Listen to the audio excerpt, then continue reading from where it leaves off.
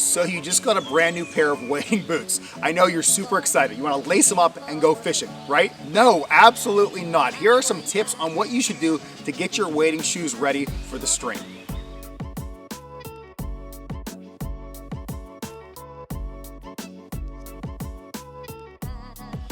Recently, I just got a brand new pair of wading boots. I'm excited to try them out. I'm a little bittersweet because I got rid of a favorite pair. More on that in a bit. But before I just laced these up and ran into the water, I did a couple things, and I want to share these little tips with you to make it just a more enjoyable experience on the water. The first thing that I did, gosh, this one just seems so obvious now looking back, but you're going to be on your feet for hours at a time for fishing for who knows how many seasons you're going to get out of this pair of boots. So here's what I do. I immediately take out my insoles. I'm sure Orvis put a lot of time into these ortholites. They look great. However, I prefer something like a Dr. Scholl's insert. I'll have a link down below in the description, but this one's called massaging gel. I don't expect it to massage my feet while I'm on the water, but I know that if I'm gonna be on the river, if I'm gonna be wading through these, just a really rocky section for hours at a time, I wanna be as comfortable as possible. What's nice about these Dr. Scholl's, you buy a generic size. I bought, looks like men's sizes 8 through 14. You take out the old insoles, you put them over the Dr. Scholl's, and then you cut the Dr. Scholl's to approximately the right size. I removed these ones from this pair of boots, and then I just slid the Dr. Scholl's in. Simple, down and dirty, and it's going to be really comfortable when I'm on the water waiting for, again, hours at a time. If you look closely at my new boots, you'll notice the shoelaces have changed. In fact, these are the original shoelaces. I took them out. I'm gonna put these to the side. I'm gonna travel with these, so I always have a spare pair in my case. Instead, I put a new lacing system in, and this is called the Chota boot lacing system.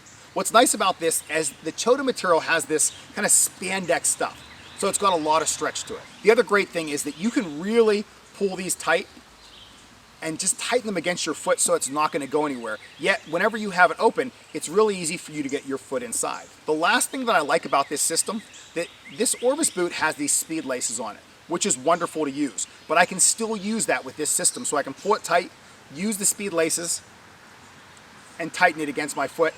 I am good to go. The other great thing about the Chota lacing system is that I've been using this pair of Chota laces for like 2.5 seasons. So I took them off my old boots and now I put them on this boot. It didn't cost me anything to add this one to it. It's a great system. I definitely encourage you to look into it. Plus, I don't know, if you're anything like me, and after a day of fishing, you get home, maybe you dry off your boots, you go out the next day, your laces are still wet. There's nothing worse than like touching wet, muddy laces, trying to tighten them, pull them tight, especially in the cold weather. So if you go with a system like the Chota, in cold weather, it makes just lacing things a breeze. I highly encourage you to check this out. Now I know you love to fly fish in the fall, but don't forget, like this video so I can make more videos like this. Now let's get back to some more tips. My third tip, it's a simple one. Get a pair of studs for the bottom of your shoes. Now I tend to, fish around Pennsylvania, sometimes out west, over in Iceland, but it seems like wherever I go, there are rocks that are just slippery. In fact, there's a stream that I fish called Slippery Rock. I mean, that tells you all you need to know. But these studs, man, they're metal studs and they will just grab onto the bottom. They typically are an upcharge. So for instance, if you get this Orvis pair of boots, great boots, lightweight, I love them, really durable. To get this stud system, you gotta pay a little bit more.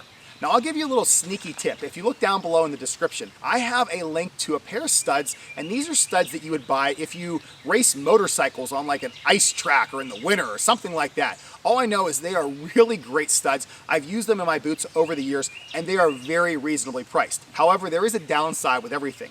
With those studs that I'm recommending down below, they are a little bit of a longer stud. So whenever you screw them into your boots, there's a chance that they will go through your boot and they could actually kind of tear the bottom of your waders. Sadly, I know that from personal experience, but there is a shortcut to fix this.